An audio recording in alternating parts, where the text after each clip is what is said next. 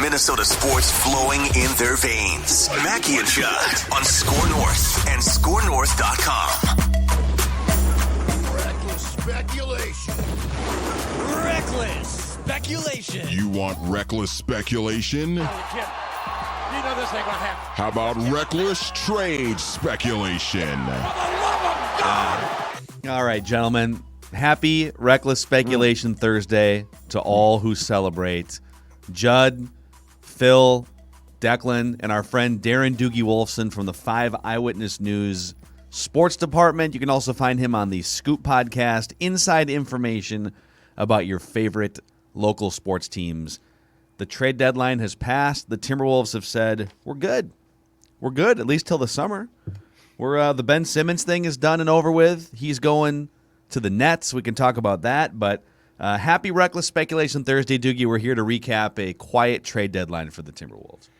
Happy Reckless Speculation Thursday, Phil, Judd, Declan. Phil, do not rule out the buyout market. I fully expect the Wolves to be engaged on the buyout market. One name that all of a sudden is now out there is Enes Kanter, now known as Enes Freedom, the former Celtics big man, bought out by the Houston Rockets. So that would be one name. The Wolves are still on the lookout for interior help, rebounding help. They remain the shortest roster in the league. So they are still on the lookout. The way it works with the luxury tax, not to get too much into the minutia of things, but they can sign a guy for the rest of the season and remain below the tax because, remember, Glenn Taylor has no plans to pay the luxury tax.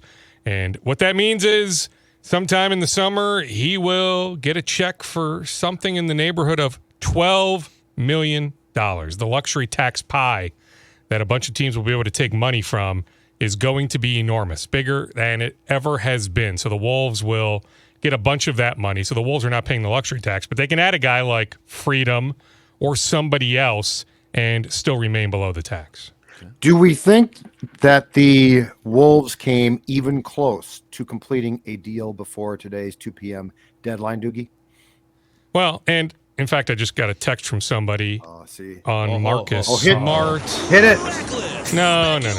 I mean, we know that the Wolves had interest in Marcus Smart. Sure. Beasley into first was never, ever going to get Marcus Smart. It would have taken, more. I mean, I think it would have taken, personally, Jaden McDaniels, a future first, and Beasley. The Wolves were not doing that, but they had discussions with the Celtics. If the Wolves wanted to, Beasley could be a Celtic right now. Josh Richardson, Romeo Langford could be Wolves. I know that they had discussions with Washington. I brought up the name Montrezl Harrell on Tuesday. We saw how active Washington was today. Montrezl Harrell ultimately going to Charlotte. I had one Western Conference front office executive text me early afternoon saying he had heard that the Wolves were making progress on a Harrell trade. Now, you look at what Charlotte gave up, it was peanuts. Now, we could argue whether Harrell would have helped. From a toughness standpoint, yes. Playoff experience standpoint, yes. Being one of Bev's guys, Patrick Beverley, yes. Rebounding, not really. Yeah. Defense, he's average or below average. He's not a rock-bottom defender, but he's not a good defender. So, and he's 6'7", long arms, but there's not height there with Montrezl Harrell. But I do know the Wolves engaged Washington in a number of discussions on Harrell. Okay.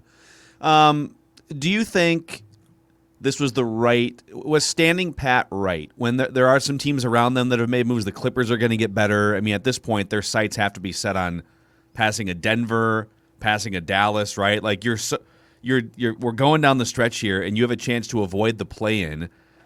I see why they did it, though, Dukes. I mean, I don't fault them for this. Would I have liked to see a Josh Richardson or just a little move here or there? Yes, but this team's been playing well. They have one of the best records in the NBA since the beginning of January, and I'm okay letting this ride, see how far you can go, and then reassess things in the offseason. What do you think?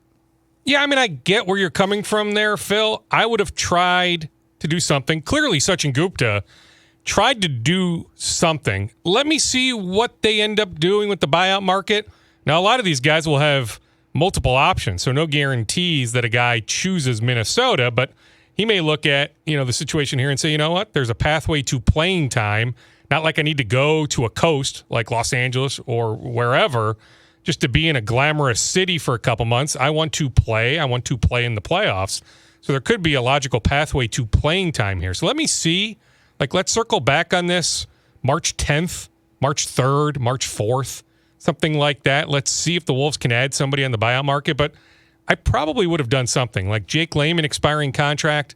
They have 3 second-round picks this June. I do think there was a deal to be made out there. Now, some guys like Robin Lopez didn't get traded. I thought you could pluck Robin Lopez out of Orlando. There were maybe some other guys that they could have, made an offer on that ultimately didn't get moved. But I would have done something, Phil, the schedule is somewhat favorable, but they need to find a way to get that 6 seed. I'm telling you, the play-in tournament scares the bleep out of me. It really does. Now, not every Wolves fan may agree with me, but remember, the stated goal going back to the Kumbaya trip, the Miami trip in early September, was we are a playoff team. Making the play-in tournament is not a playoff team. You need to advance past the play-in tournament to be a playoff team. What if they end up 7 seed? You open up against the LA Clippers, the 8 seed. The Clippers have Paul George back then. Now they have Norman Powell, Robert Covington. That's a toss-up game, right? A Target Center, but that's a toss-up game. 7 seed Wolves, 8 seed Clippers. Entirely possible the Clippers win that game. So then the Clippers are the 7 seed. So then the Wolves play the winner of the 9-10 game. Looks like Lakers get one of those 2 spots. The other one, I don't know, is it Sacramento? Is it New Orleans? Is it maybe even Portland still? Probably not Portland at this point, the way they blew things up. Probably Sacramento or New Orleans, but okay, LeBron, AD. I'm presuming some health there, right? I mean, and the Lakers are a train wreck right now, but LeBron and AD find a way to win that 9-10 game. So then it's Lakers at Wolves. Playoff spot on the line. Winner to the playoffs, loser goes home. I can bet you the officials would favor the Lakers that particular night. You don't think the NBA would love to have Lakers Warriors or Lakers Suns in the first round? I'm just saying, that to me is not a real favorable situation. The Wolves having to go through the Clippers and the Lakers to make the playoffs. So they got to find a way to get that 6 seed. It's possible, very possible. They can catch Denver. They absolutely can catch Denver. I think they have an easier schedule the rest of the way than Denver. So catch Denver. Avoid the play-in tournament. But I'm just saying I would have looked to add something, Phil, to help the issues they have defensively, rebounding, lack of size. But I'm telling you, let me see what they do the next couple weeks on the buyout market. Hey, Dukes, Ant's knee. Now, he I think talked extensively post-game last night about the fact that has been a problem for him in recent weeks. I think his quote or comment was, it actually felt good in the loss to the Kings last night, but before that was a detriment.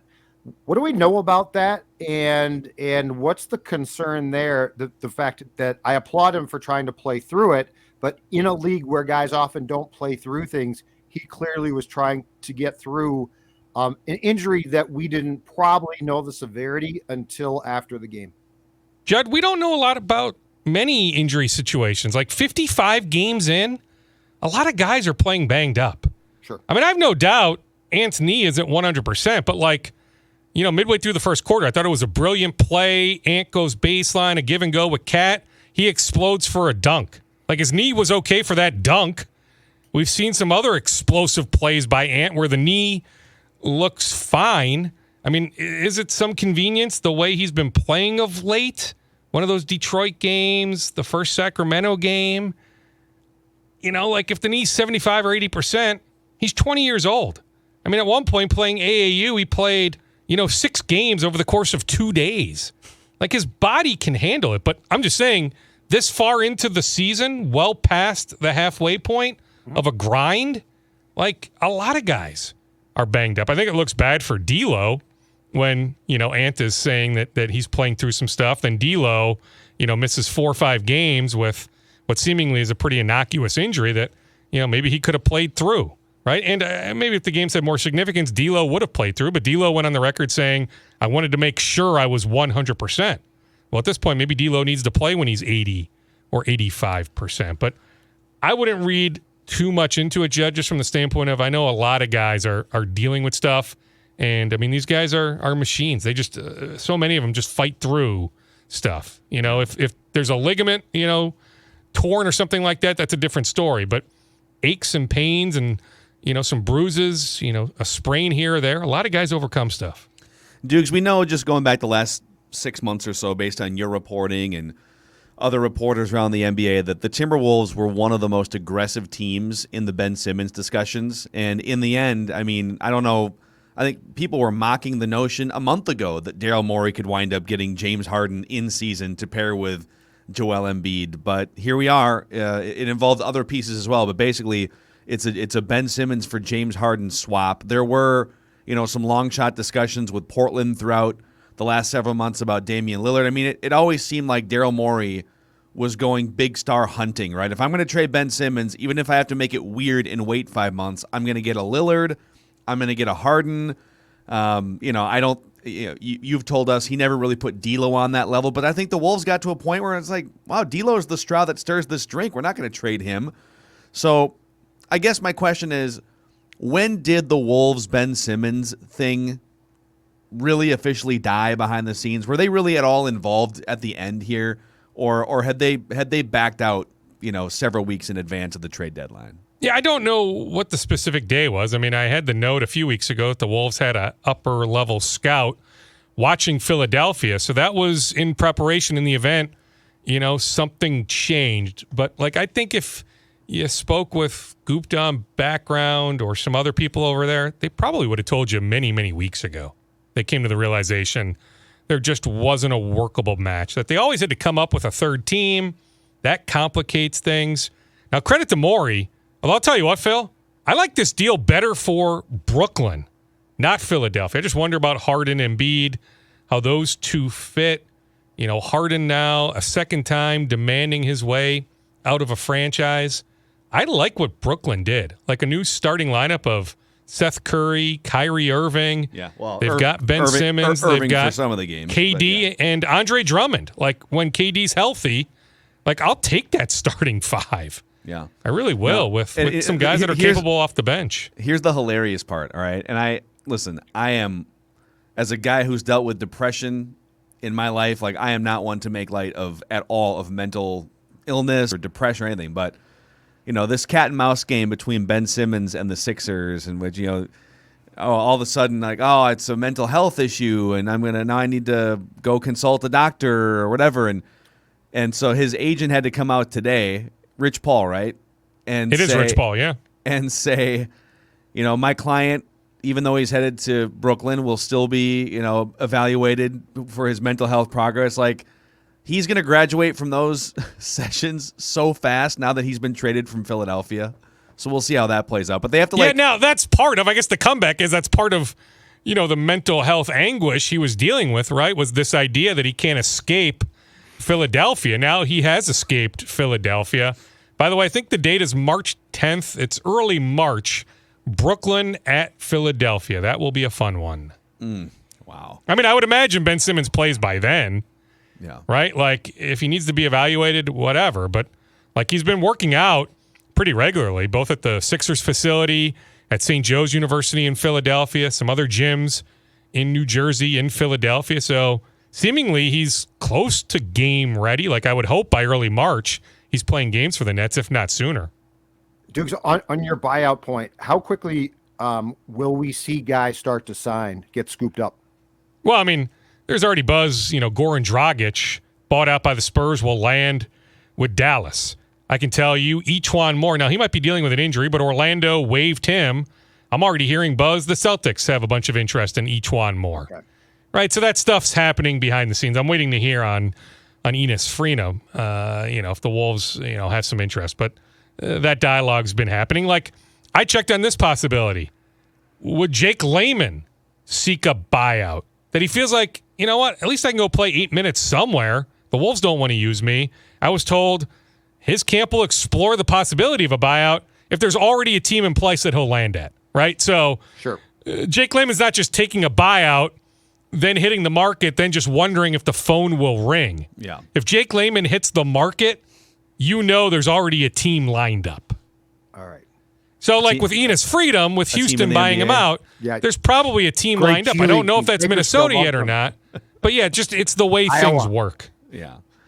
Yeah. So, what's So what's next here? Like, I'm going to fast forward here. Let's see. Hopefully they make the playoffs and make a run here. But at some point, they're going to have to look at what they've done so far, the Timberwolves, and figure out what's the next step. You know, I know, like right now, I think we should all just be happy that they're in the mix and they might make the playoffs. And we haven't had much of this in the last 17 years. But, you know, there's also going to be some expectations to, you got a nice little nucleus here. What's the add-on? You know, what do you think? I mean, are they looking to keep, at this point, D'Lo, Ant, and Cat together? And are there any other pieces that you think they would be almost certain to move this offseason? What do you think is the next step once we get to that offseason point, Doogie? I would say it's fluid with Russell, but for right now, I would say, yeah, he's part of that core. I think they would have to land a superstar. This is the way it was explained to me a couple weeks ago on Jaden McDaniels. For them to move McDaniels, the end result would have to be, you know, cusp superstar, certainly a star coming back to the Wolves. So I think Sachin Gupta, creator of the trade machine, right? He's going to continue to work angles. By the way, this is me presuming that Gupta is going to remain in place.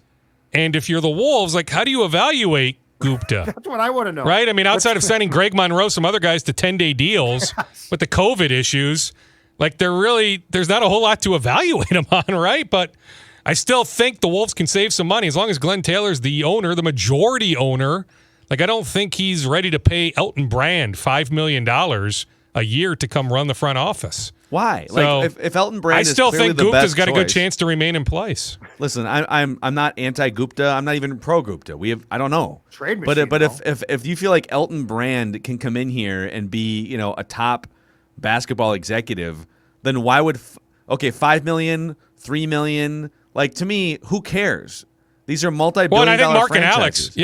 I think Mark and Alex, Lori and Rodriguez subscribe to your line of thinking, Phil.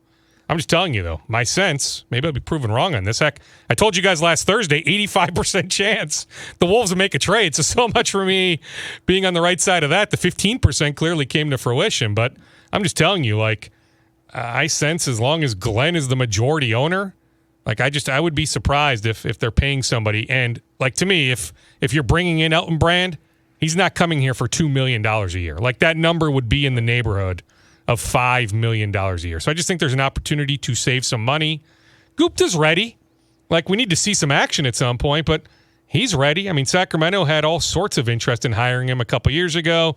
Houston wanted him last summer to be the number 2 under Raphael Stone. Like, he's ready for this opportunity. So you can certainly hand him the keys full time. I mean, he's got those keys now. He had leeway to do what he wanted to do the last few weeks. But I'm just saying, like, Phil, I expect him to be the guy. Until I hear otherwise, I think he'll be the guy. So if he's the guy, like, I think Pat Beverly ends up signing an extension. So I think Bev is here, you know, beyond the year. They're not going to have, you know, much cap space. There might be a way to sign a guy for the mid-level, but it's not a great free agent market anyway. But they have their first-round pick. At this point, it looks like that pick will be in the, you know, 14 to 17 range. That pick should have pretty good value. 3 second-round picks. Like, they'll be able to do some stuff. I think they'll be able to do some stuff. I do. I'm trying to think what expiring contracts they would have after this year. I'd have to look. Maybe somebody can look that up. Expiring contracts they have after next season. But I think Bev is here. Like, I'm telling you, I've foreseen a contract extension, you know, going back many, many weeks, just because I know both sides have mutual interest in that, even though the Bev side hasn't gotten what it has hoped for so far. But I think Beverly is here beyond this year. But I think Gupta's going to explore the trade market this summer for sure. That this roster is still incomplete. You're right, Phil. We'll take the play-in tournament if it's just that. We'll happily take a best-of-7 first-round playoff series. But, you know, the end goal is certainly more than that. And for them to achieve that end goal, the roster still needs, I think, a good amount of work. So real quick here. So the expirings for this after this year are Taurean Prince, who, by the way, he's kind of coming around now. His shot, he finally started knocking down some like threes. A month ago, Phil, I would have told you, yeah, you trade Taurean Prince. Yeah. But at this point, if they had traded him, were you going to bring in a player that would have helped you more than him? Like, at this point, I would tell you no. Yeah. Like, the right move was to keep Prince, not trade him today. Yeah, Pat Bev expiring, but I'd like him back. Okogie Layman. So after next year, the expiring, there's some team options 2 years from now. Like Malik Beasley if you don't exercise the team option, is expiring after next year. Well, that certainly would be a contract I'd look at. I mean, there was enough dialogue this time around. That's certainly one I would look at this summer. Yeah, and the only other one is D'Lo. And again, that's an expiring, but is it ever going to get to that point with him? I don't know. Here's a question for you. Leandro Bolmaro. We've seen little snippets of him this year. How close is he to being ready for maybe 15, 20 minutes rotation time next season from what you hear? I think next season might be semi-realistic in that regard. I mean, the little he has played in the G League, he's completely dominated. So, the G League is a little bit of a waste of time, although I might send him back there just to get some run. Yeah. Because he's not going to get run up here. I mean, I get it. There's some benefit to practice, but it's not like the Wolves practice a ton anyway. So I'd probably send him back to Iowa just to get some real playing time. But he dominates the G League. So I don't think after being here for a full year, acclimating himself to just living in the United States, all that entails, I don't think it's nuts that to think that he can be a rotation guy, sometime next year. Summer League will be big for him, development this summer. But, I think that's absolutely realistic. Or he is also a trade chip. I mean, I don't think Gupta would shy away from moving him this summer. Yeah. So, Dukes, on Gupta, Glenn is so cheap. Is he going to try and get away with not giving Gupta the Pobo title and just keep him in his current title and run the team until they decide, or until the team changes hands, or until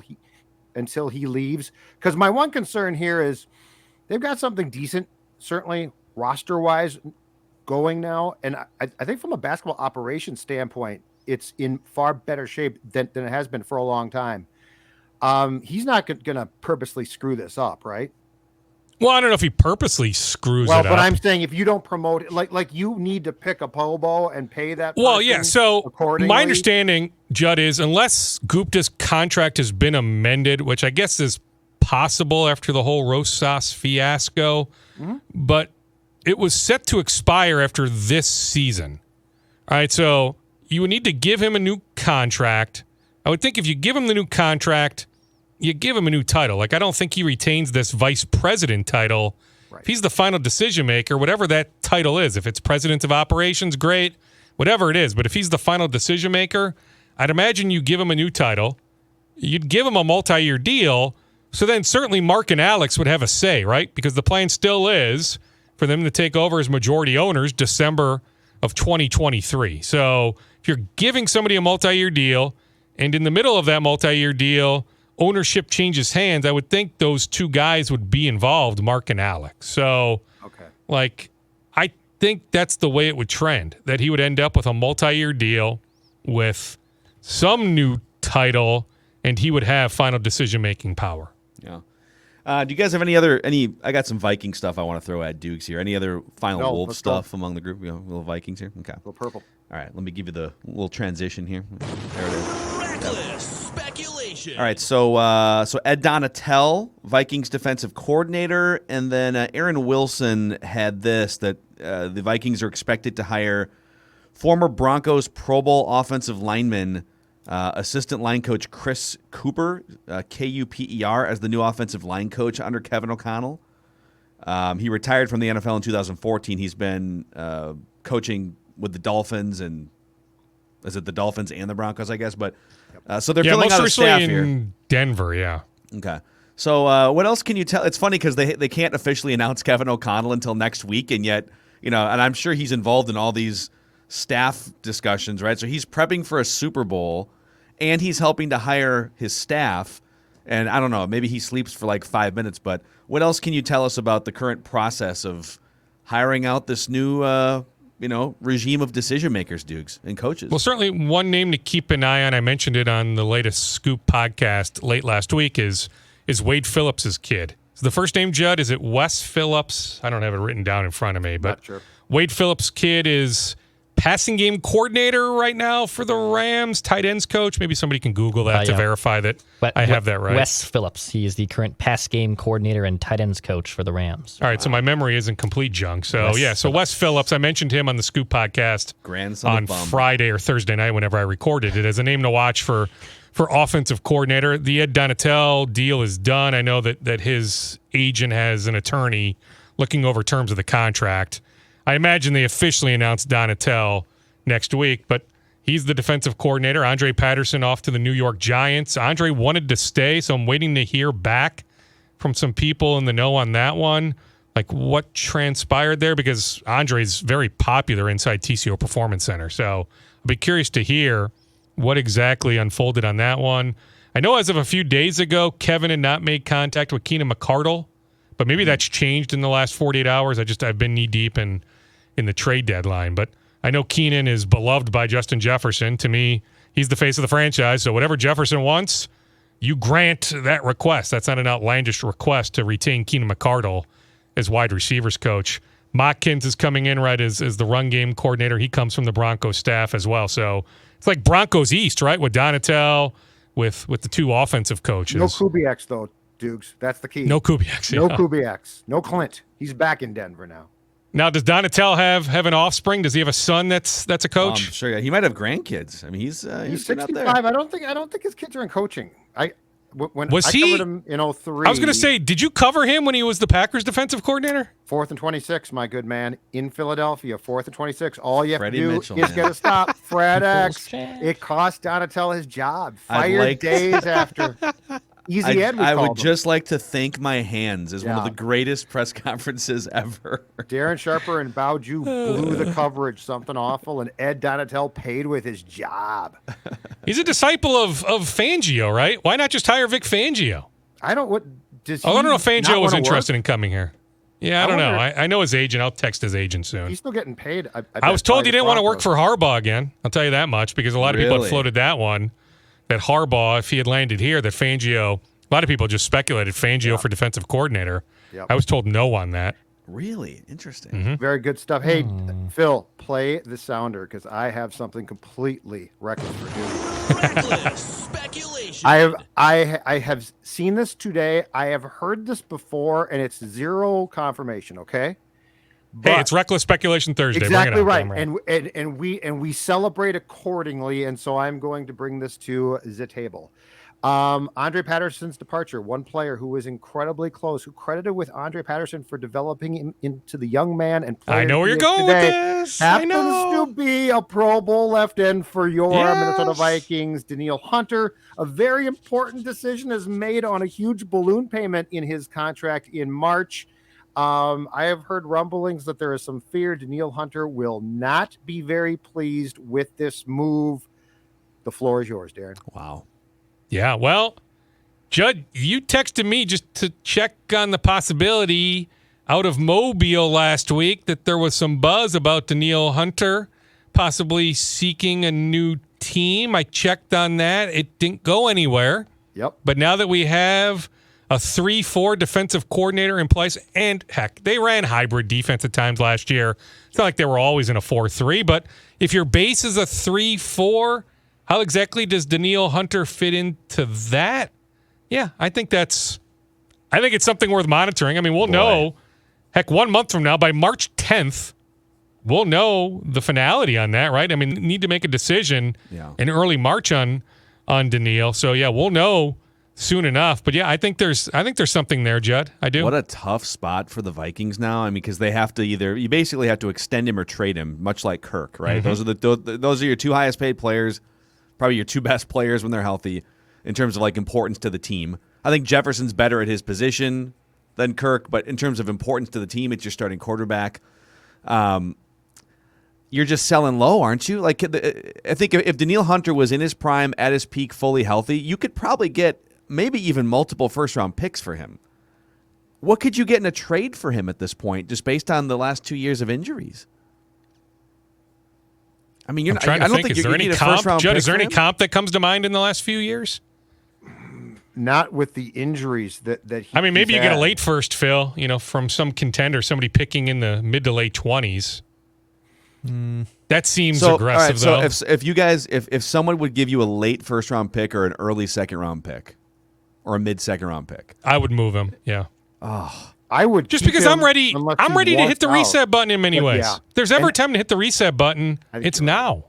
I know, but when I think reset, I'm thinking about the guys who are 30. I'm thinking about Kendricks. I'm even Thielen, Harrison Smith. There's a list of guys that are pretty easy to. You might even be able to get some value in a trade for them.